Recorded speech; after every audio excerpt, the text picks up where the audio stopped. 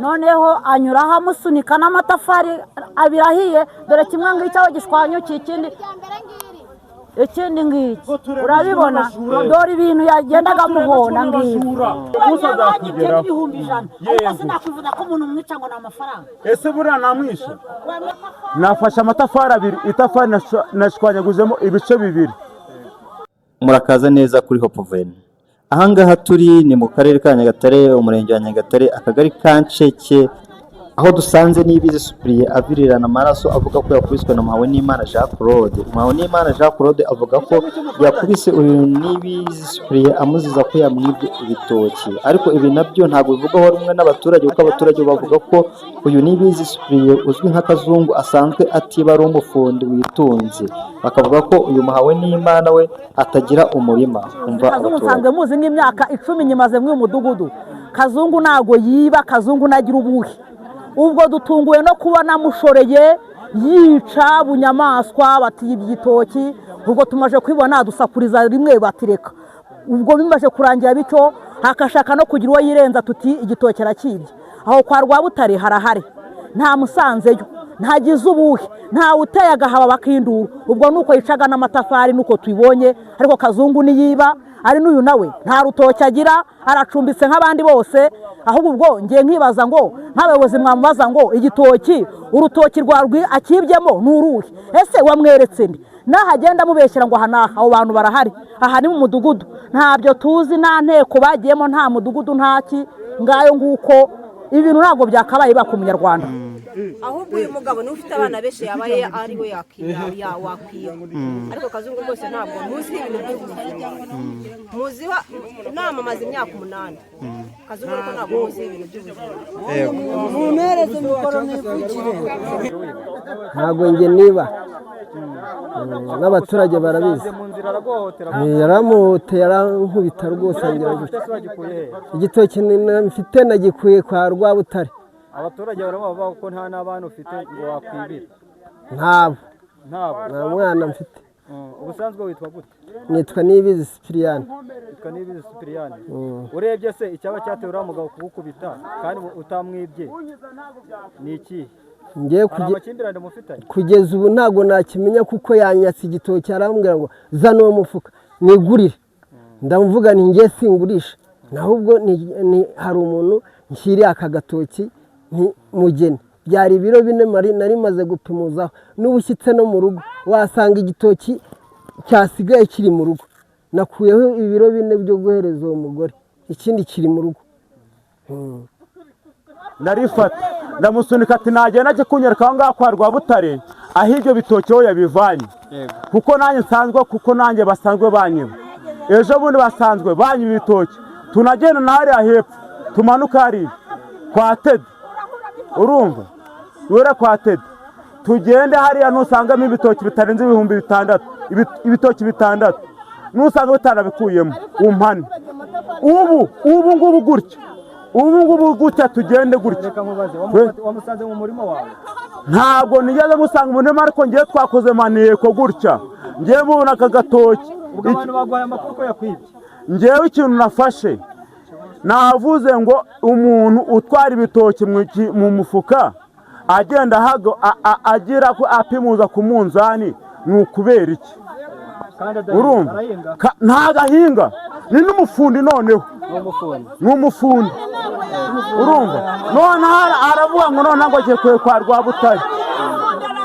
Umva reka manze mbabwize ukuri, tureba ibintu muri gushyigikira ejo bundi namwe bizabakoraho, kandi reka manze mbabwize ukuri, kandi ejo bundi kandi muranyitakana ejo bundi bizabakora,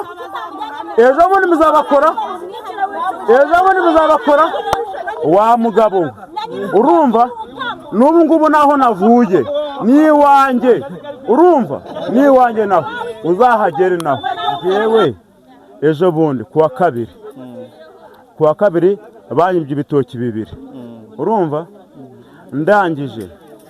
Ubwo bari bamaze iminsi, urumva banyibye ihene, urumva ndangije ndayibireka, ndongera ndavuga nti ese kubera iki uyu muntu ari kugumya kuntoterereza, urumva ndatuza umugabo njyewe nararaye mu rutoki, umutoki ndarurarira, umujura yaje saa 12:30 urumva, ndamufata aranatakataka n'abajura bibana urumva, ni hariya hepfo barije hahoze ari kwa Tede, niyo ushaka noneho tunageyo, naramufashe urumva, noneho ndangije, noneho n'abo bajura noneho barabihubura, barangiza kubihura bakabihura mu mifuka urumva. nabibonye anyuzeho ndi hano haruguru kwa Jafeti ndi kugura amayinite, twari hanze, umugore wa Jafeti yakingaga ajya muri keyi, noneho aba baturage bo mu isoko baramanuka baramumutesha ngo bwamutwaye kwa Rwabutare n'ihene epfiriya, kandi uyu muntu yari anyuze ku bantu hano avuye kwihahira. Nuko turamubwira tuti wimuhohotera, niba yanibye ntago wamukubita bigeze ahangaha.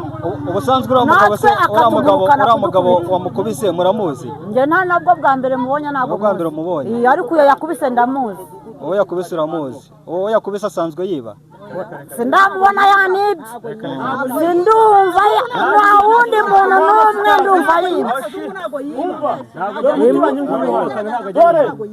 Umugabo nta sambu agira, nta n'urutoki agira. Kazungu nawe yikoreye ibiraka bisanzwe, ibintu by'ubufundi nta bujura muziho. Abaturage bavuze ko uriya mugabo nta n'isambu agira, ngo ari umurinzi w'amasambu y'abantu. Ntayagira nayo. Yafatiye Kazungu mu nzira akamukubita. Wowe nk'umuyobozi, iyi myitwarire y'uyu muturage urayivuga hehe?